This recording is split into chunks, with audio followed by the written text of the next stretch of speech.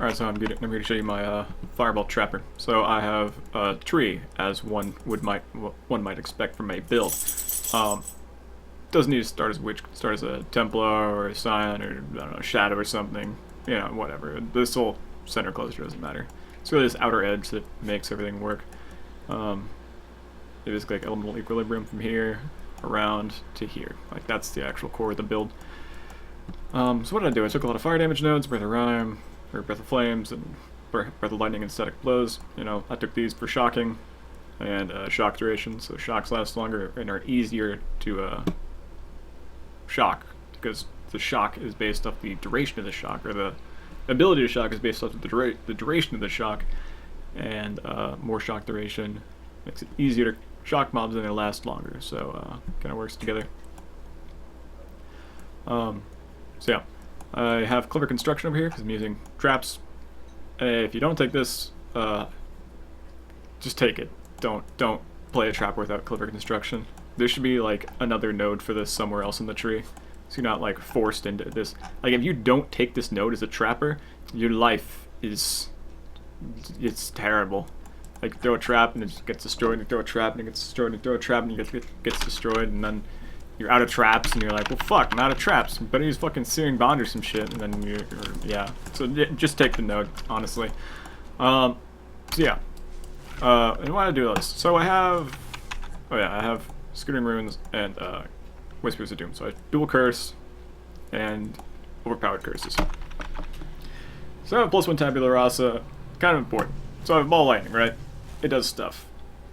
First off, I have chance to shock, so it's going to shock mobs. I have Ellie Prolif on it, so the shocks everything instead.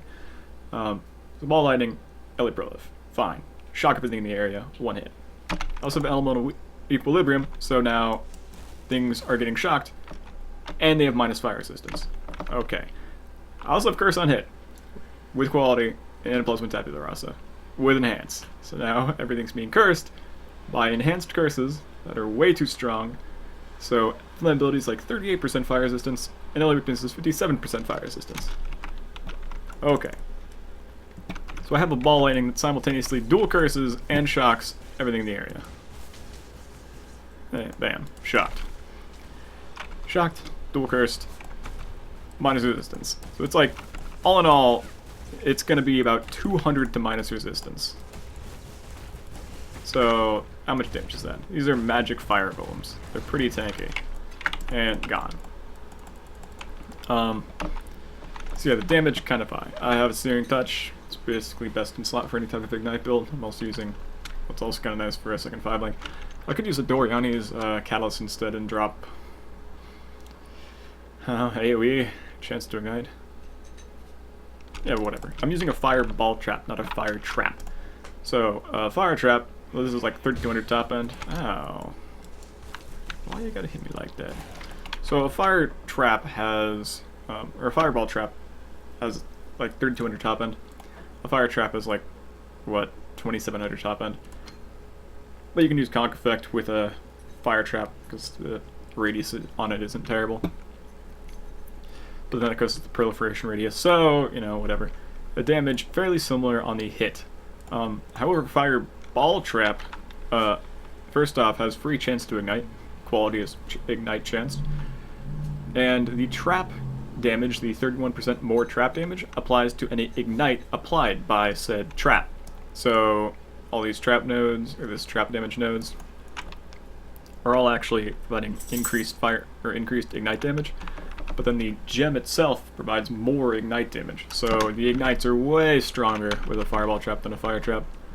Like mobs on one player life, it's kind of hard to tell the difference, but if you go into a party, the difference is pretty evident. So, yeah.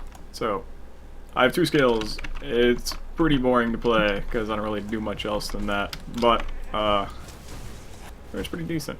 I mean, like, Searing Bond still does pretty good damage when all this stuff is applied. Oh yeah, and the ignites last forever. Like, it's still on the ground, still proliferating, still going, still going, still going, and finally down. And they last about 8 seconds with flammability, because what, Breath of Rime, or Breath of Flames, 20%, 20%. and flammability is 44%, but it's overpowered, so it's like 60% ignite duration. All in all, fairly strong. Let's rush the boss.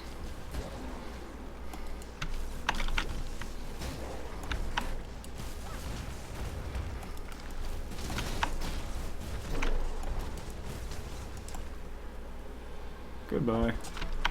So yeah, that's basically the build. I'm good, and I will see you next time. Actually, no. So I have, like, absolute jack shit defense, right? I have 3k life and basically no defense in the tree. But I'm kind of tankier than I should, in all respects, be. Because I've done some interesting things with skill gems. Obviously, cast damage taken, enduring cry, mortal call, so whatever, can't get spiked in my physical damage. But I also have this Arctic Breath with Curse on hit, with Temp Chains, with cast damage taken. So if I get hit, I have Mortal Call, and if I get hit, mobs are now chilled because of Arctic Breath, and they're also way slowed down because I have overpowered curses with quality Temp Chains, so it's like 38% times 1.36, which is like 50% slower. So yeah, kind of interesting how much defense you can actually get with just spare 4 links if you have any available. Like, cast damage taken Arctic Breath is actually really defensive just because it applies chilled ground. It's pretty insane. So yeah, I'm good at it now. We'll see you next time.